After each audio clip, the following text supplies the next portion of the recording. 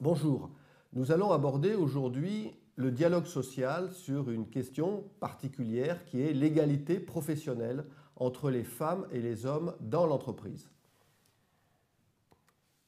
Dans toute entreprise où existe une section syndicale d'organisation représentative, doit avoir lieu une négociation sur l'égalité professionnelle entre les femmes et les hommes. Cette négociation doit avoir lieu au moins tous les 4 ans. Et cette négociation doit porter notamment sur la suppression des écarts de rémunération entre les femmes et les hommes. Et nous parlons bien de suppression et non pas simplement de réduction. Cette négociation est donc obligatoire dans toute entreprise où est présente une organisation syndicale représentative. À défaut d'accord, l'employeur devra établir un plan d'action pour assurer l'égalité professionnelle entre les femmes et les hommes. Le terme « assurer » est un terme fort. Cela signifie que le plan d'action doit permettre de réaliser effectivement l'égalité entre les femmes et les hommes dans l'entreprise. Les négociations dans l'entreprise sont articulées.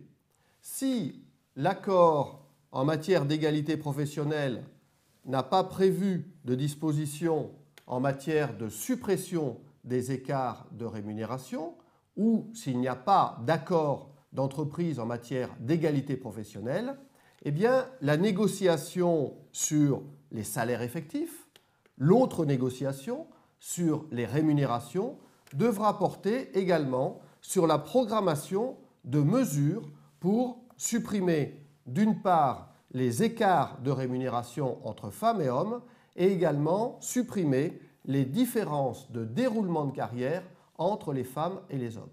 Donc ce qui n'aurait pas été prévu dans la négociation spécifique égalité professionnelle devra être négocié dans la négociation générale sur les rémunérations.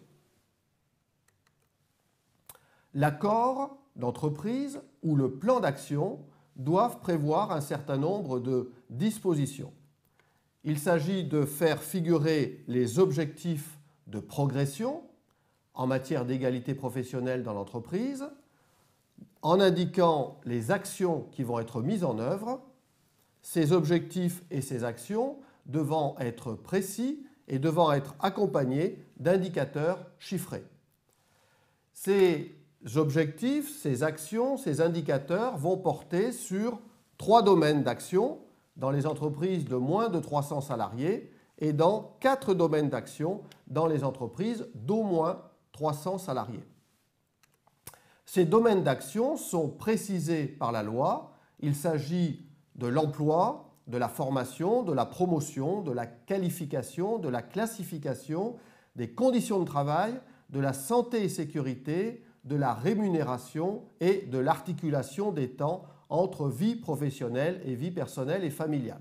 Donc, on devra choisir dans l'accord ou dans le plan 3 ou 4 de ces domaines d'action et vous voyez que la rémunération effective est obligatoirement prévue dans les domaines d'action qui devront être précisés dans l'accord d'entreprise ou dans le plan d'action.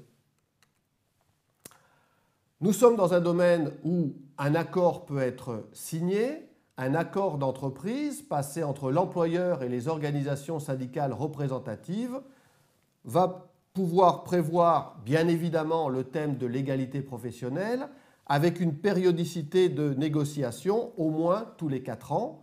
Il s'agira alors, dans cet accord, s'il existe, de préciser le contenu du thème, le calendrier et les lieux de réunion, les informations que l'employeur remettra aux délégations syndicales pour leur permettre de négocier en tout état de cause, en connaissance de cause, et les modalités de suivi des engagements souscrits. La durée de l'accord ne pourra excéder 4 ans. À défaut d'accord ou en cas de non-respect de cet accord, eh bien, l'employeur devra chaque année engager une négociation sur l'égalité professionnelle entre les femmes et les hommes dans l'entreprise. À défaut d'initiative de l'employeur, eh bien, une organisation syndicale peut saisir l'employeur et l'employeur doit alors engager obligatoirement cette négociation après avoir invité les autres organisations syndicales à une première réunion de négociation. Lors de cette première réunion, il conviendra de préciser le lieu et le calendrier des réunions et surtout il conviendra de préciser les informations que l'employeur va remettre aux délégations syndicales et la date de remise de ces informations. L'information étant évidemment stratégique pour que la négociation soit une négociation pertinente. La négociation sur l'égalité professionnelle va donc porter sur les objectifs en matière d'égalité professionnelle dans l'entreprise et les mesures qui vont être mises en œuvre pour atteindre ces objectifs. Il s'agira en particulier de prévoir des mesures concrètes pour supprimer les écarts de rémunération entre les femmes et les hommes, mais également des mesures en matière d'emploi, de formation professionnelle, de déroulement de carrière, de conditions de travail.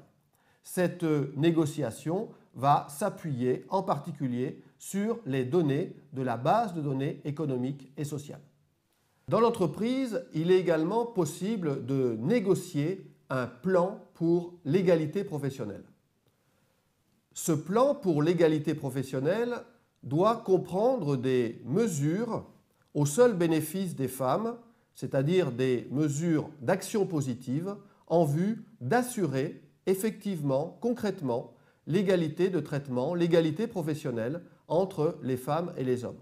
Ce plan va donc être négocié entre l'employeur et les organisations syndicales représentatives. Si cet accord n'aboutit pas, si la négociation n'aboutit pas, si on ne parvient pas à un accord, eh bien l'employeur peut unilatéralement mettre en œuvre des mesures d'action positive après avoir informé et consulté le comité social et économique.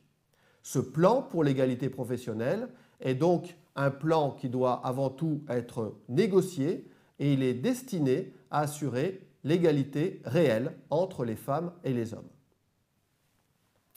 L'égalité professionnelle entre les femmes et les hommes doit donc être négociée dans toute entreprise où existe une organisation syndicale représentative. Il s'agit d'aboutir à une égalité réelle au bénéfice de l'ensemble des salariés.